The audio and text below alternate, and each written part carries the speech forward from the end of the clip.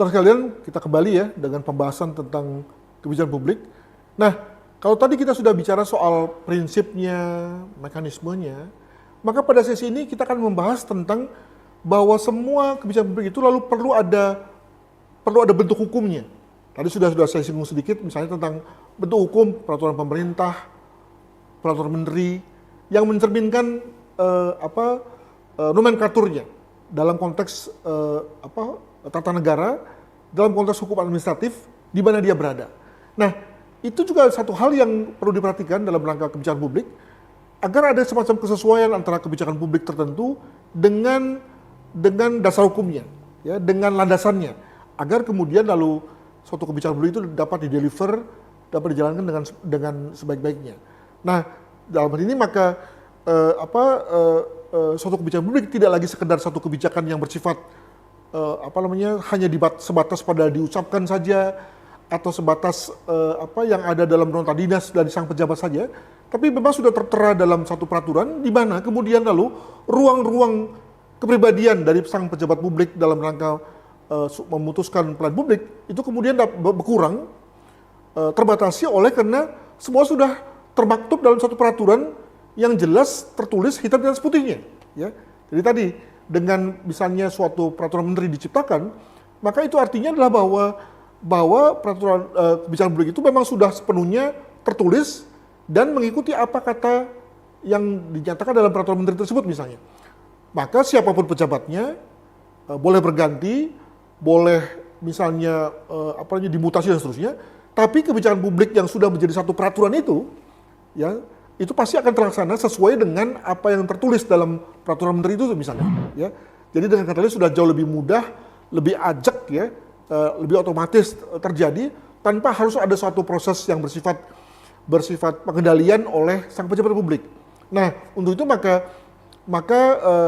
tentu ada juga soal dengan ketika suatu pelayanan publik itu kemudian menjadi suatu terlalu banyak aturannya, terlalu banyak ketentuannya. Nah, kita sekarang juga bicara mengenai adanya peraturan yang tumpang tindih, ya, adanya peraturan yang saling tidak konsisten, adanya peraturan yang dibuat tapi tidak pernah dilakukan misalnya.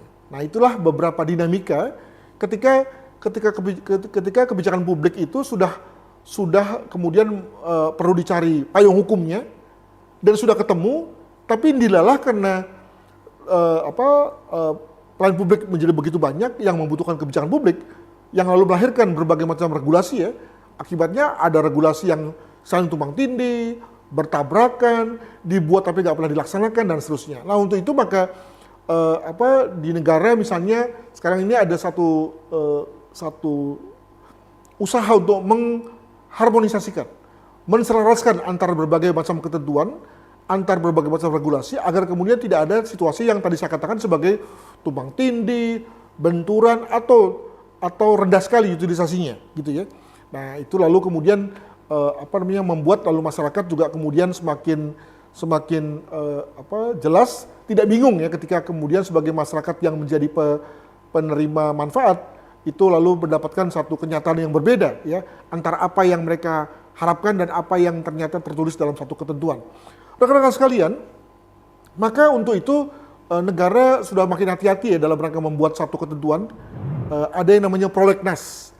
Kita bicara mengenai adanya semacam agenda tentang apa perundang-undangan yang akan dibuat dalam 1 tahun misalnya.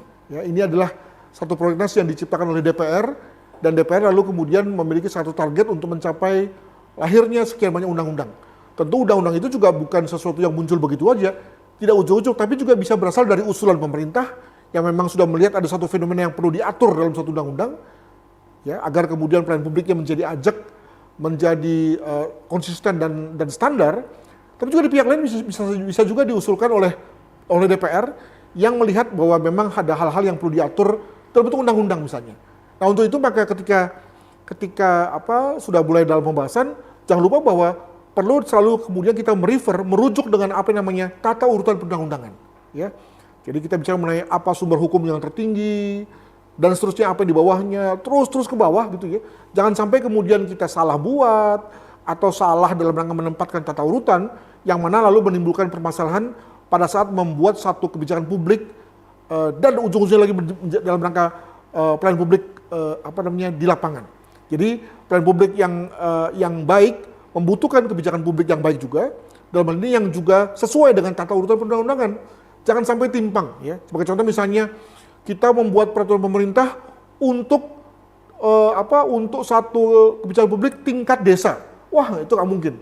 Karena apa? Karena biasanya kalau tingkat desa ya cukup peraturan Kades saja misalnya. Nggak cukup atau terlalu berlebihan jika dalam hal ini misalnya peraturan pemerintah dibuat hanya untuk ngurusi persoalan di tingkat desa misalnya. Itulah yang tadi saya katakan sebagai sesuatu yang tidak pas secara tata urutan perundang-undangan. Untuk itu, dalam rangka menjamin suatu kebijakan publik itu kemudian lalu ajak konstan standar, tidak kemudian mengalami permasalahan dalam rangka pelaksanaan di lapangan, sehingga kemudian masyarakat secara umum terganggu pelayanan publiknya, maka lalu kemudian negara membentuk yang namanya Undang-Undang Pembentukan Perundang-Undangan, ya, di mana kemudian lewat undang-undang itu policy chain atau rantai kebijakan itu kemudian terjamin.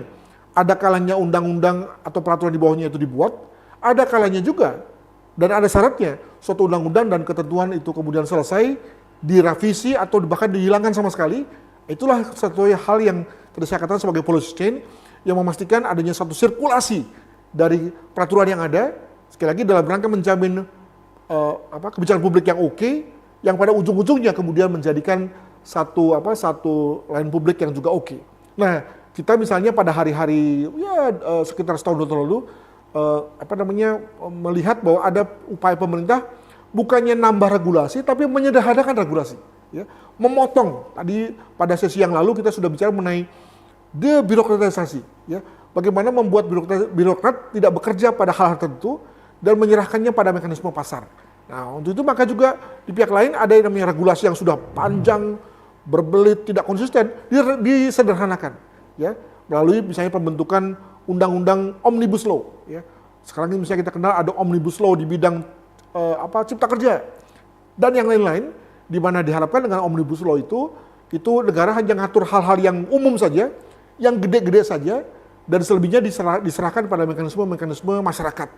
Nah, tentu dalam hal ini juga ada kemungkinan di mana masyarakat bingung ini, ya, kebijakan sudah dibuat, demikian juga sudah dilaksanakan, lah kok sudah ada omnibus law. Nah, jangan lupa bahwa kita juga ada mekanisme transisi guna memastikan bahwa omnibus law itu membawa kemaslahatan, ya, bukan kemudaratan gitu ya di masyarakat.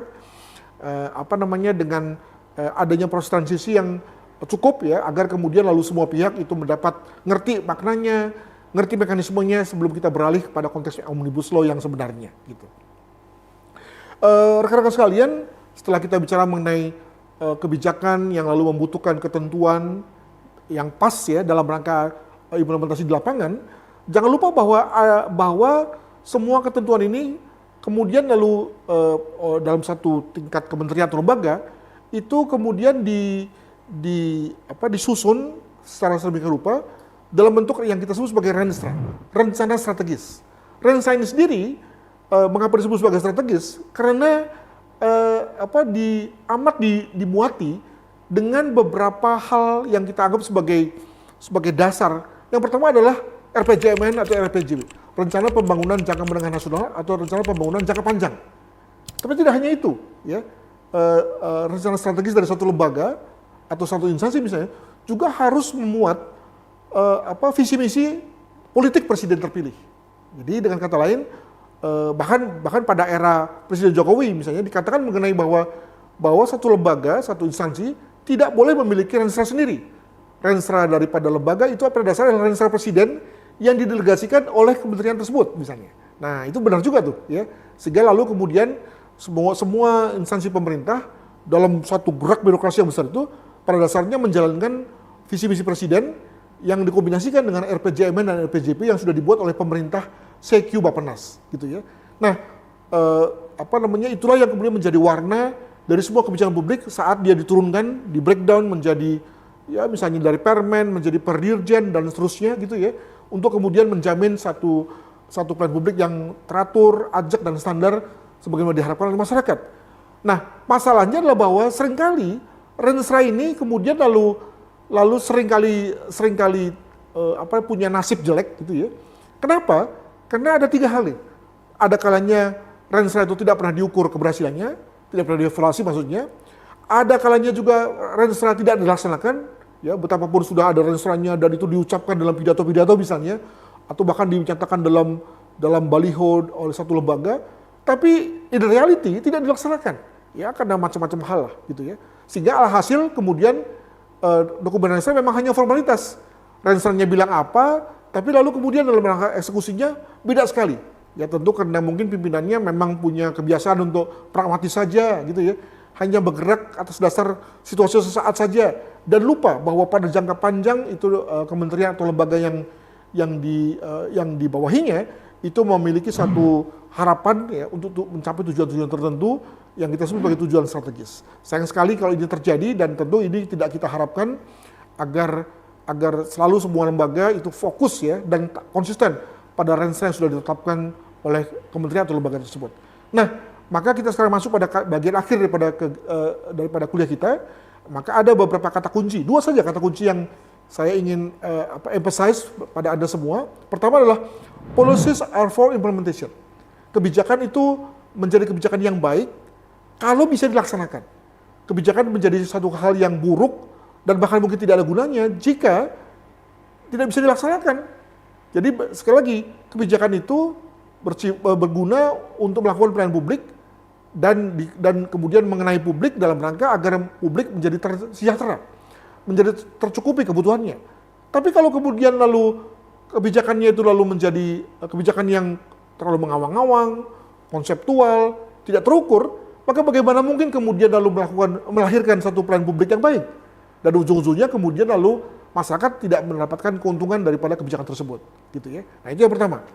Yang kedua adalah policies which are too ideal, jadi kebijakan publik yang terlalu ideal, terlalu sempurna ya, menuntut terlalu tinggi, juga yang terlalu mahal, costly, atau yang terlalu kaku ya, tidak ada ruang untuk fleksibel, itu juga lalu kemungkinan ditengarai sebagai susah untuk diimplementasikan.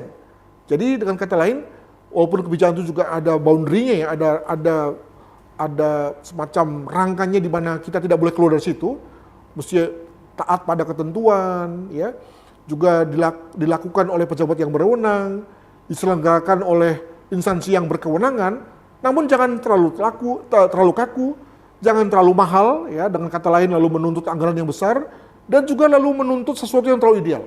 Kenapa? Karena ketiganya itu amat mungkin menjadikan kebijakan publik kita tidak terimplementasi dan hanya ada di atas kertas saja, dan ujung-ujungnya menjadikan masyarakat tidak menjadi makin sejahtera. Demikian akhir dari kuliah kita pada kali ini. Semoga apa yang sudah kita bahas dalam kuliah ini membuat Anda paham tentang apa itu makna daripada kebijakan publik, ya. Dan kita akan perdalam tentang birokrasi sebagai organ, sebagai roda penggerak kebijakan publik pada kuliah berikutnya. Bye-bye.